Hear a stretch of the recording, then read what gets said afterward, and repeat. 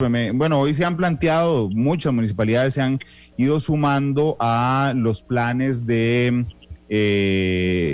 reactivación económica y al cambio de las alertas. ¿Cuál es la respuesta que brinda respecto a estos cambios de la Comisión Nacional de Emergencias? Porque solo ayer usted me decía que están intentando tomar en cuenta a los gobiernos locales, don Alex.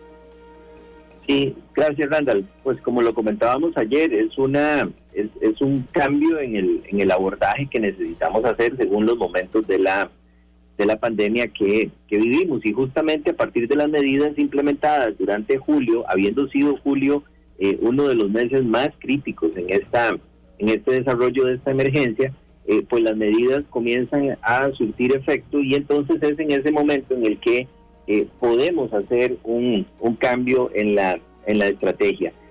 Uno de los primeros elementos que trabajamos, y en eso coincidimos muchísimo, por ejemplo, con la propuesta que hoy nos envió las 3 municipalidades de Santana, Escazú y Mora. Hoy en la mañana, antes de la conferencia de prensa, ellos nos hicieron llegar un oficio en el que nos presentan una matriz de evaluación de riesgos. Ellos catalogan las actividades productivas y comerciales en 3 niveles de riesgo. Nosotros ya desde hace 2-3 semanas aproximadamente venimos construyendo con los diferentes ministerios y con diferentes profesionales en salud y seguridad industrial, sobre todo, que es una de las disciplinas, junto con las disciplinas médicas que pueden aportar más en estos procesos. Venimos construyendo una matriz de evaluación de riesgo también. Nosotros la trabajamos en 4 niveles de riesgo. Por ejemplo, nosotros incorporamos un nivel muy alto de riesgo, como son las actividades de concentración masiva de personas, algunas otras actividades que aún incluyéndole factores mitigadores, pues todavía nos siguen dando un nivel alto de riesgo. Pero lo importante en esto es que coincidimos con estos 3 municipios que han preparado una matriz y un mapeo de riesgos, y esto es lo que procede para poder generar los compromisos de las diferentes actividades comerciales y los compromisos municipales. En esa línea, como lo mencionábamos ayer también en la entrevista que usted me hacía en Matices, junto con el doctor Arroba y el doctor Urcullo, nosotros hemos creado unos indicadores de riesgo, pues que yo me atrevería a decir indicadores de evaluación de primer mundo. Muy pocos países tienen indicadores precisos para poder establecer sus alertas. Nosotros no solamente estamos valorando la capacidad de respuesta del sistema, que es en definitiva lo que todos los países han usado, sino que también estamos evaluando las tasas de ataque del virus, no solamente en el nivel nacional, sino que la estamos llevando al nivel cantonal. Esto justo ante una solicitud que varios alcaldes nos hicieron hace semanas, donde dijeron, por favor, mídanos, perdónenme la expresión coloquial que voy a usar, mídanos con varas diferenciadas. Nos están midiendo a todos con la misma vara y todos somos diferentes, haciendo relación con un dicho popular muy nuestro. Entonces, en esa medida hemos ido calibrando el modelo de alertas, y también pues tenemos varias propuestas. Tenemos propuestas de la Municipalidad de Palmares, de Alajuela, de San Rafael, Santa Bárbara de Heredia, de San Isidro de Heredia, de Pocosí. Ahora se suman las 3 municipalidades del oeste. También la Municipalidad de Belén está trabajando desde muchas semanas atrás con una propuesta concreta de abordaje comunitario, y nosotros también ya hemos intervenido con la Municipalidad de Alajuelita, ayer con la Municipalidad de San José, para plantearle la propuesta de abordaje cantonal que pues nosotros les estamos solicitando como complemento a las acciones de nivel nacional, y sobre todo reconociendo el gran aporte que los municipios han tenido desde el inicio de la pandemia. Pues hay una percepción individual de los municipios en el sentido de que no se les escucha, pero permítame decir que nosotros desde la 3ª semana aproximadamente establecimos una mesa de gestión municipal donde tenemos la representación de ANAI, que es la Asociación Nacional de Alcaldes e Intendentes, de la UNGL, la Unión Nacional de Gobiernos Locales, liderada por el IFAM, con la participación del Ministerio de Salud, la Comisión Nacional de Emergencia, en donde se han discutido también una serie de lineamientos de orden municipal y también lineamientos para los protocolos de algunas actividades, como por ejemplo parques públicos, manejo de población en calle, asentamientos informales, apertura de playas. se han trabajado con estas instancias que agrupan a todas las municipalidades. Trabajar individualmente con cada cantón pues es un tanto más difícil en la fase en la que estábamos, y es justamente la apertura que estamos haciendo ahora de recibir esas propuestas para poder para el mes de septiembre tener un manejo muchísimo más preciso y un abordaje territorial vía los comités municipales de emergencia. Don Alexander, en medio de esto, y entiendo que los van a tomar en cuenta, digamos, a la hora de construir las medidas bajo esta evaluación de riesgo, calificación de riesgo de las actividades. ¿Puede contarme, porque es una pregunta recurrente, el tema de la restricción vehicular?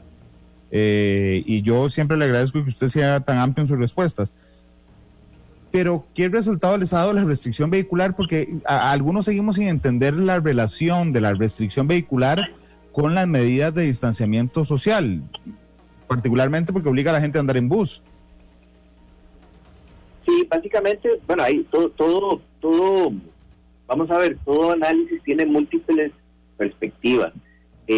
Por supuesto que esa es una arista del tema de la restricción vehicular, en el sentido de que la medida de restricción vehicular posibilita, o más bien genera, que haya eventualmente una mayor demanda de los servicios. ¿Qué es lo que ocurre acá? La medida de la restricción vehicular está orientada a evitar esa movilización de personas, que también desde otra arista es lo que nos hace que el virus se mueva de un sitio a otro, ¿verdad? Entonces, por eso es que la restricción vehicular pues se establece en términos generales, plantea unas excepciones para que no tengamos una afectación mayor a la economía, y se liga con las medidas de protección que debemos aplicar en forma individual, ¿verdad? Entonces, por supuesto que también hay protocolos para el manejo de la salud y la seguridad en los autobuses, y ahí pues el llamado a los responsables del servicio público también para observar el cumplimiento de estos protocolos. Pero fundamentalmente está orientada a reducir movilidad, porque es lo que hace que el virus vaya de un lado al otro. Recordemos, por ejemplo, toda aquella polémica con el famoso té de canastilla de un sector de San José, que finalmente dijeron, no era un té de canastilla, fue un autoté. ¿Por qué? Porque las personas generaron una forma de celebrar donde hacen un recorrido por un montón de casas recogiendo regalos, algo así. Yo tengo entendido que funcionaba algo parecido, y de esa forma fue como se contagió esta familia y se generaron múltiples contactos. Entonces, ese tipo de movilidad es lo que está orientado a regular la restricción vehicular sanitaria. Claro, lo que pasa es que entiendo, yo creo que esta fase, y tal vez comparta conmigo, Alexander, esta pandemia tiene dos fases. Una en la que pensábamos que iba a ser más corta, ¿verdad?, y donde teníamos que tener medidas de emergencia, y después cuando nos vamos enterando, igual que el mundo entero, que la pandemia es más larga. ¿Podríamos estar de acuerdo en eso, don Alexander? Totalmente. Mire, nosotros pasamos una primera ola pandémica sumamente exitosa, y recordemos que a partir de mayo establecimos una temporalidad de aperturas y establecimos una fase de apertura. Cuando pasamos a la fase 3, que era la fase de mayor apertura, coincidió con la segunda ola pandémica y en general en el mundo, y eso no solo nos ha pasado a nosotros. Vean ustedes, por ejemplo, lo que anuncia ayer el estado de New Jersey, ¿verdad?, que van a un cierre total porque tuvieron un aumento aceleradísimo de los casos. Lo mismo está pasando en otras latitudes del mundo. Muchos países apostaron a aperturas durante mayo y junio y tuvieron que hacer cierres muy fuertes, otra vez, muchísimo más fuertes que lo que nosotros hemos hecho. Nosotros íbamos avanzando en esa tercera fase, empezamos a tener picos muy fuertes, crecimiento exponencial, transmisión comunitaria en algunos cantones de San José, sobre todo transmisión comunitaria en el GAM, y julio fue uno de los meses más duros para nosotros, como dije al inicio de la entrevista. No solamente en el aumento de casos, también porque hay factores derivados, también en la ocupación de las UCI, por ejemplo, también en la cantidad de personas que lamentablemente perdieron la vida durante este periodo, y por supuesto que en el impacto también a la economía, porque tuvimos que aplicar cierres muy fuertes. ¿Qué es lo que pasa? Agosto, estamos entrando en una fase de apertura y fase de cierre más controlada que nos permite una transición a septiembre y generar un cambio del modelo para adaptarnos a esa nueva normalidad. La gente dice, yo lo comprendo, me pidieron protocolos y no los logro implementar. porque tuvimos un crecimiento exponencial, y en crecimiento exponencial no hay estrategia de apertura que nos pueda funcionar. Cualquier estrategia de apertura en medio crecimiento exponencial nos expone a un descontrol total de la pandemia. Entonces, lo que buscamos era tener ese colchón en agosto, que sabemos que va a generar un impacto mayor, pero yo quisiera también pedirle un poquitico más de esfuerzo a las personas. Yo sé que esto está muy duro, pero lo que queremos es hacer esa apertura más controlada y trasladarnos a un modelo más interdependiente con los gobiernos locales y las medidas de nivel central para que puedan adaptarse a las condiciones de cada uno de los territorios. Don Alex, entiendo eso y por eso le planteaba si podíamos estar de acuerdo en que había dos fases. Uno donde tuvimos una muy buena primera ola, donde pensamos que ya en septiembre todo iba a estar abierto, o en agosto, ¿verdad? Y después cómo nos vamos enterando que vamos a empezar a estirar. Y las muestras son muy sencillas: 3 meses del bono proteger, ayudas de los bancos por 3 meses, porque en la psique colectiva existía la presunción de que esto iba a durar 3 meses, ¿verdad? Yo entendía, y mucha gente, la restricción vehicular en ese espacio, tomando en consideración que había que cerrar todo. Pero ya ahora, cuando tenemos 5 meses, donde usted y yo lo sabemos, todo el mundo anda a carta, realmente la gente que no puede sacar el carro un día a la semana igual sale a trabajar, solo que lo hace en autobús, lo que a mi gusto aumenta el riesgo de contagio. Es donde seguimos sin entender en qué vale el tema de la restricción. La sala de situación, que es la que brinda los datos objetivos sobre salud que veíamos ayer, ha planteado, don Alexander, le pregunto, escenarios sin restricción vehicular. Bueno, de momento no se han valorado escenarios sin restricción vehicular, fundamentalmente porque el principal factor de transmisión del virus y de exposición al virus es la movilización.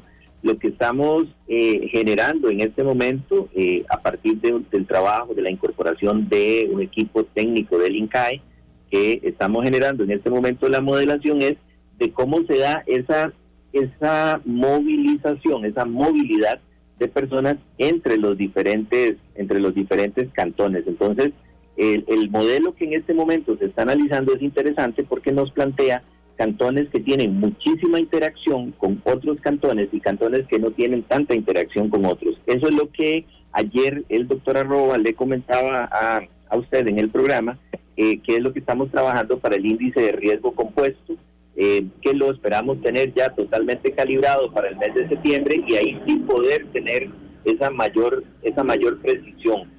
Recordemos que no son datos sencillos de manejar, ¿verdad? Este tipo de datos requiere pues una serie de medidas, de análisis y demás para poder abordarlos adecuadamente y hacer las correlaciones.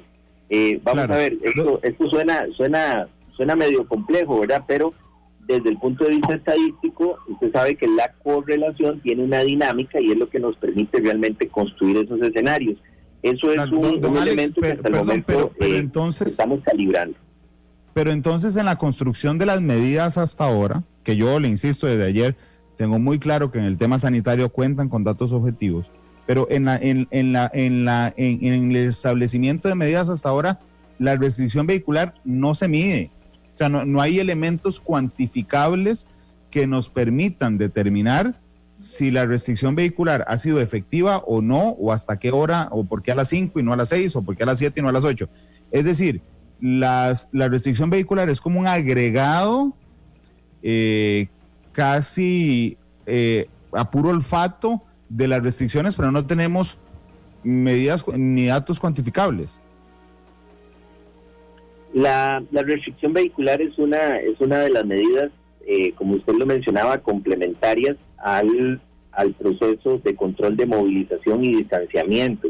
Mire, si no tuviéramos restricción vehicular sanitaria, por ejemplo, en los cantones de alerta naranja antes de las 10 de la noche, como por ejemplo se ha establecido, o si no tuviésemos la restricción vehicular sanitaria después de las 10 de la noche, durante todos estos meses nosotros habríamos tenido un colapso de los servicios, porque la forma en que la gente se mueve a las fiestas y a otra serie de actividades que también permanecen reguladas en cuanto a horarios. Don Alex, perdón, le entiendo, pero ese es un supuesto. O sea, digamos, usted supone que si no hubiéramos tenido restricción vehicular eso hubiera pasado, pero no tenemos ni siquiera escenarios planteados, cuantificados de por qué, de cómo sería con restricción y sin restricción. Es decir, se lo digo con todo respeto, en el tema de la toma de decisiones, es un supuesto que si no hubiera restricción nos hubieran disparado los casos, pero no hay datos científicos.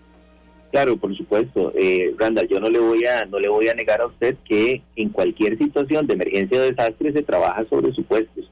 Mire, le voy a plantear, por ejemplo, la trayectoria de un huracán. La trayectoria de un huracán, cuando se está haciendo la evaluación, aún el Centro Nacional de Huracanes de Miami establece múltiples supuestos de la trayectoria, y ese es solamente un dato, porque nosotros después tenemos que trabajar con supuestos de si la población evacúa, si no evacúa. Estos supuestos son los que corren a partir del análisis del CIMPA, por ejemplo, que es uno de los análisis más precisos, pero también tenemos un equipo muy fuerte, ayer lo conversamos, de analistas de diferentes profesiones en esta línea. Y en el caso, por ejemplo, de las modelaciones del CIMPA, por supuesto que sí se hacen modelaciones con o sin restricción vehicular, y esos son los escenarios que se plantean. Sí se hacen. Y claro, por supuesto, recordemos que las proyecciones establecen la medida, y por ejemplo, ahorita se están haciendo proyecciones a qué pasa, por ejemplo, si el cierre se hace durante 9 días, qué pasa si se hace durante 12 días, es decir, todo esto se calibra a partir de las proyecciones y las estimaciones matemáticas y del impacto de las medidas. En este momento, si usted me pregunta, ¿se ha corrido una modelación con solamente medidas sobre los comercios y sin restricción vehicular? No, porque las medidas están aparejadas, ¿verdad? Si nosotros, por ejemplo, abrimos comercio y mantenemos restricción vehicular, pues no tiene mayor sentido la medida preventiva. Y aquí estamos trabajando, por supuesto, bajo un supuesto, porque también tenemos que entender cómo va a operar el comercio. Si nosotros decimos, bueno, se va a abrir comercio, pero se mantiene la restricción vehicular, el comercio dice, ¿cómo me llega la gente? Que usted me lo planteó hace algunas semanas, que en apariencia había un desfase entre apertura de comercio y restricción vehicular, y me acuerdo que estuvimos en una entrevista. Si lo hacemos a la inversa, entonces la opción es, bueno, ¿y para qué puedo moverme en vehículos si todo va a estar cerrado, verdad? Entonces, en esa medida es que las medidas de mitigación tienen que ser equiparables y equivalentes. Ahora, estamos en un proceso permanente de revisión, de análisis, de cara a la siguiente fase, que sería la que implementamos a partir del mes de septiembre. Ok, don Alex, en el otro fin de semana, perdón, usted me avisa con toda confianza cuando tenga que irse, todavía no tiene que irse. Parece que no, parece que está controlado el tema. Bueno, me alegro por eso. A partir de la otra semana que hubo un desfase ahí de comunicación entre la Policía de Tránsito y las autoridades como la Comisión de Emergencias del Ministerio de Salud, de que se cambia el sábado y el domingo, digamos, ya estábamos acostumbrados, yo soy placa impar, a que yo puedo circular los sábados y no puedo los domingos. El otro fin de semana se da vuelta a eso en las áreas naranja. Entiendo que eso es para que una persona no se desplace de un cantón naranja a uno amarillo durante el fin de semana. ¿Es correcto, Alex? Sí, es correcto. Recordemos que la restricción está diferenciada entre cantones de alerta naranja y cantones de alerta amarilla, justamente para garantizarnos que en los cantones de alerta naranja pues tengamos esa menor movilización de personas. Y el hecho del cambio está vinculado a la solicitud que hacían muchas personas que a veces pueden hacer un trámite solamente el sábado y no se podía lograr. Don Alexander, respecto a las medidas particularmente del otro fin de semana, ayer el ministro de Salud dijo que no estaban escritas en piedra las medidas de todo el mes de agosto. Pero yo tengo muy claro, creo que usted también, que la presión más fuerte de parte de los sectores viene sobre el otro fin de semana, ¿verdad? Que es fin de semana largo, que se aprobó en la Asamblea Legislativa que el lunes sea feriado, que es quincena también. Le pregunto si en ese COE político, en el comité, en el Centro de Operaciones de Emergencia Político, han discutido la posibilidad de variar las medidas para ese fin de semana, don Alex. Sí, por supuesto, ese es un análisis que se hace desde el primer momento. No obstante, recordemos que la medida está aparejada con la capacidad de respuesta del sistema hospitalario. Si no tomamos la medida en el momento justo, la proyección lo que nos indica es que ya para el próximo fin de semana nosotros tendríamos una saturación del sistema hospitalario. Recordemos que el sistema hospitalario va saliendo. Yo ayer creo que les ponía el ejemplo de qué ocurre cuando tenemos un accidente de tránsito en un área densamente poblada y con cuellos de botella de alto tráfico. Posiblemente el golpe de cola tarde 1 hora o 2 después de que se mueven los vehículos que están obstruyendo la vía. Aquí sucede lo mismo. Eso es como cuando tenemos un accidente de 2 autobuses o un accidente del ferrocarril y entonces hay múltiples heridos. Normalmente cuando las ambulancias terminan de llevarse los pacientes al hospital, decimos ya terminó la emergencia, pero la emergencia apenas está empezando para el hospital. Aquí sucede lo mismo. Nosotros venimos de una fase de apertura que nos comienza a generar una cantidad de demanda de los servicios de salud, y entonces el modelo está calibrado para soportar ese estrés de los servicios de salud, y cuando viene la fase de cierre, lo que esperamos es que el servicio de salud nuevamente vuelva a tener capacidad para una siguiente fase de apertura. ¿Qué es lo que pasa? Que si nosotros decimos, mire, es que porque cayó el feriado o porque viene una actividad de X o Y, tenemos que atrasarnos en esto, lo que vamos a hacer es colapsar el servicio de salud, ¿verdad? No es técnicamente viable decir, bueno, sí, vamos a quitar la medida por esta circunstancia. Es que la medida está calibrada en función de la capacidad de respuesta del sistema de salud, porque lo que queremos es que la gente tenga donde ser atendida. De lo contrario, no vamos a tener suficiente capacidad. Si logramos, por ejemplo, ampliar capacidades, que es en lo que está trabajando muy fuerte la caja, y darle una holgura al sistema, se corre una nueva simulación y se dice, ok, vamos a ver, el sistema puede aguantar 2 semanas más. Ok, entonces si el sistema aguanta 2 semanas más, recalibremos el modelo para poder permitir más apertura. Esa es la parte que nos cuesta muchísimo a todos y todas comprender, y no es sencilla, porque cuando el trabajo de uno, cuando la empresa de uno es la que está afectada, es muy difícil entender eso. Por eso también yo manifiesto la mayor empatía en este sentido, de que siempre vamos a trabajar en función de proteger la vida, la salud de las personas, sobre todo evitar que muchas personas mueran por no tener acceso a un servicio de salud, y cada respiro que nosotros tengamos para darle un poquito de oxígeno a la economía, para que siga funcionando los comercios, pues estamos en total apertura de revisar eso, de revisar los protocolos, de entender los compromisos que se asumen desde el nivel municipal y también desde el nivel empresarial, y entender que también tenemos que supervisar eso. Yo creo que aquí es importante que todos comprendamos que en la medida que se puedan ir generando estos protocolos y estos planes de trabajo para ir abriendo, también se asumen compromisos de cumplir a cabalidad esos protocolos, y que si no se cumplen, pues efectivamente no estaríamos contribuyendo al manejo de la situación de crisis por el COVID-19.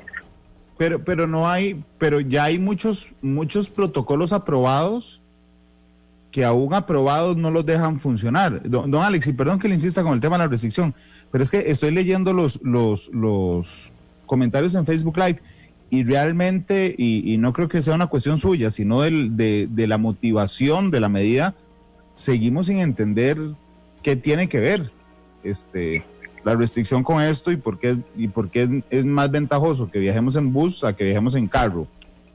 No sé si tiene algo más que agregar, pero realmente no entendemos o no estamos satisfechos con la explicación. La interpretación que estamos haciendo, recordemos que usted como comunicador, yo creo que me puede enseñar más bien a mí de esas cosas. Recordemos que percepción es realidad, ¿verdad? Entonces, aquí, ¿cuál es el tema? Lo que no estamos logrando percibir, por también otra máxima de comunicación de riesgo, y es que los peligros que asustan a las personas no son los mismos riesgos que nos matan, ¿verdad? Que eso estoy citando a dos autores del tema de comunicación de riesgo, es que la interpretación correcta que tenemos que hacer es: la restricción está orientada a limitar la movilización, y la interpretación o la percepción que estamos teniendo es: no circule y viaje en bus.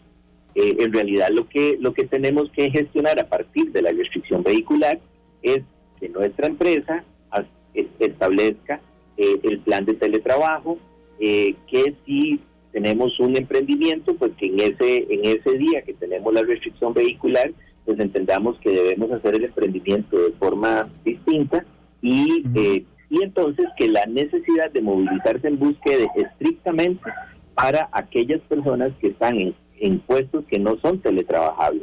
Esa es un poco la forma en que nosotros quisiéramos que se interprete esto. No es que, como no puede sacar el carro, ahora viaje en bus, porque ahí sí es cierto que estamos potenciando la transmisión.